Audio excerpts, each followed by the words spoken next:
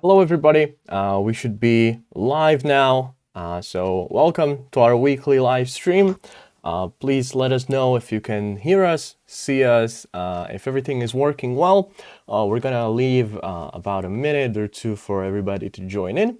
In the meantime, as always, let me introduce you my co-host. To my right-hand side, Ben Sparham from the UK.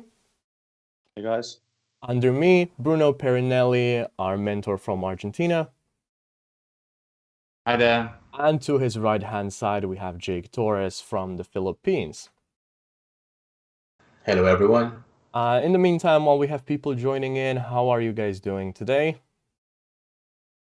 Good, thank you. Very good. How are you doing? Pretty well myself. Yes, great. Pretty chill Friday so far. About a minute has passed. We should have everybody slowly joined in. If more people join in throughout the live stream, they'll just have to rewatch it. So, starting off, as our usual format, we're gonna take a look at what has happened over the past week. We're gonna take a look at the most important events. Hello there in the chat, Mustafa. And we're gonna then go over, what you should be expecting in the next week, what to watch out for, everything important that you need to know. So, starting off, recapping the last week, I want to start first with our European markets. So Ben, could you give me a little recap of what was the most important events that has happened in Europe? What were you focusing on in your live rooms this week? Yeah, so this week we've really been keeping an eye actually on predominantly the dollar pairs, in all honesty. So what we've been looking for was obviously we had the GDP figures come out earlier in the week, actually came in slightly better than initially forecast. So we've obviously saw a couple of the dollar pairs make a move. Interestingly, the dollar index didn't make a massive move, but we did see some movements on things like AUD, USD, things like that. We actually mentioned that in the live rooms, actually even posted it in the Discord as well a few days back. So well done for anybody that did manage to capture some of that move there. So that was the main kind of focus there. And then heading into next week, I'm going to be paying close attention to euro dollar. We've actually got the Eurozone GDP figures coming out on Tuesday, which obviously is going to give us an idea on the economic growth in the Eurozone. And we've also got ISM manufacturing in the US as well. So that's obviously going to be keeping a close eye on the actual growth and expansion on the US economy. So for me, it just makes sense to be paying attention to euro dollar next week. We do have a fantastic level from a previous high sitting at around about 1.0936. Again, we've been discussing this level for a little while in the live streams, and I do actually think I shared this in Discord as well. So let me know, guys, in the comments if you have been keeping an eye on that also. But I'm going to be watching that very, very closely. Seems like a fantastic level for a potential trade from, but of course, make sure you manage your risk around those economic releases nice and carefully and follow the rules, as we always say. Wonderful. Thank you for letting us know what's happening in Europe. I want to sort of move to you, Bruno. What has been happening in the United States, Latin America, all over that continent? Can you introduce us to what has been the most important events of the past week? Sure, Oliver. The most important event was focused yesterday on the GDP above expectations, 2.9%, as Ben mentioned. Also, the PCE, the core PCE, is slowing down, which is showing that the U.S. economy is growing. It's still strong while inflation and unemployment are going down. But this news hasn't impacted in the market as much as you might expect.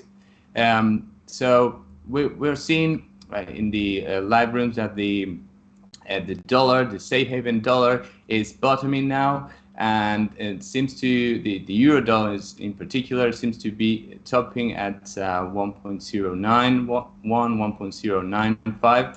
So those were the main events. Obviously, the earnings sessions kind of did something in the risk on, risk off, or risk appetite across the markets, but those were the main events that affected markets. No, what are the events that traders should be watching out for in the next week? Do we have some important news coming out? Are there any times that you're recommending to stay away from the markets, for example? Yeah, in about a week, the non-farm payrolls will be released. So the number of jobs created in the United States are going to be released next Friday. So beware of the volatility in about a week, next Friday.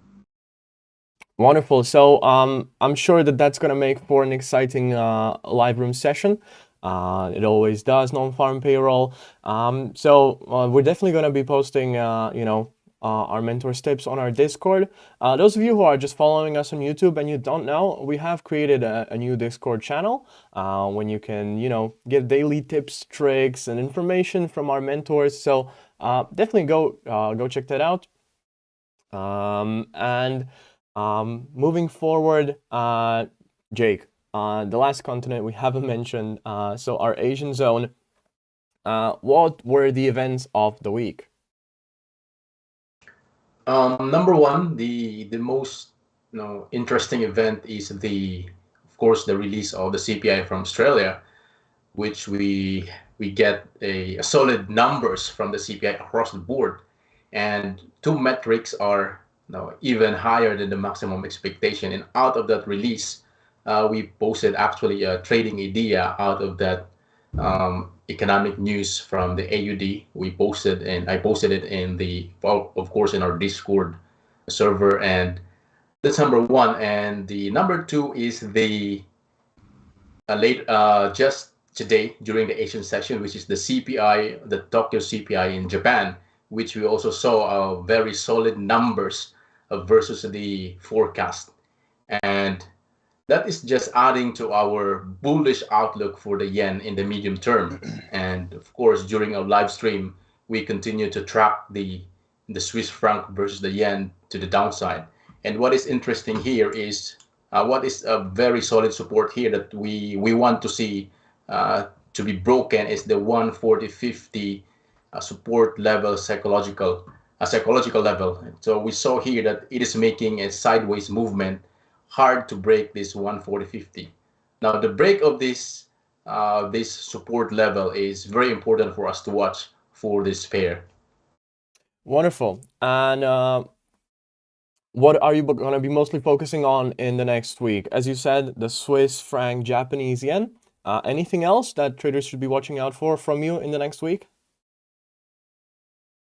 Well, in the next week, of course, in our trading room, we are not only posting trade idea, but we also share on our streaming on how do we manage our trade. Okay, so entry is not just important, but how we manage when we are already in the trade.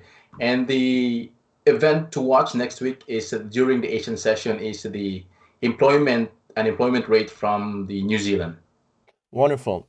So traders, or even those who are watching this recording in the Monday email blast, we have an exciting week ahead of us.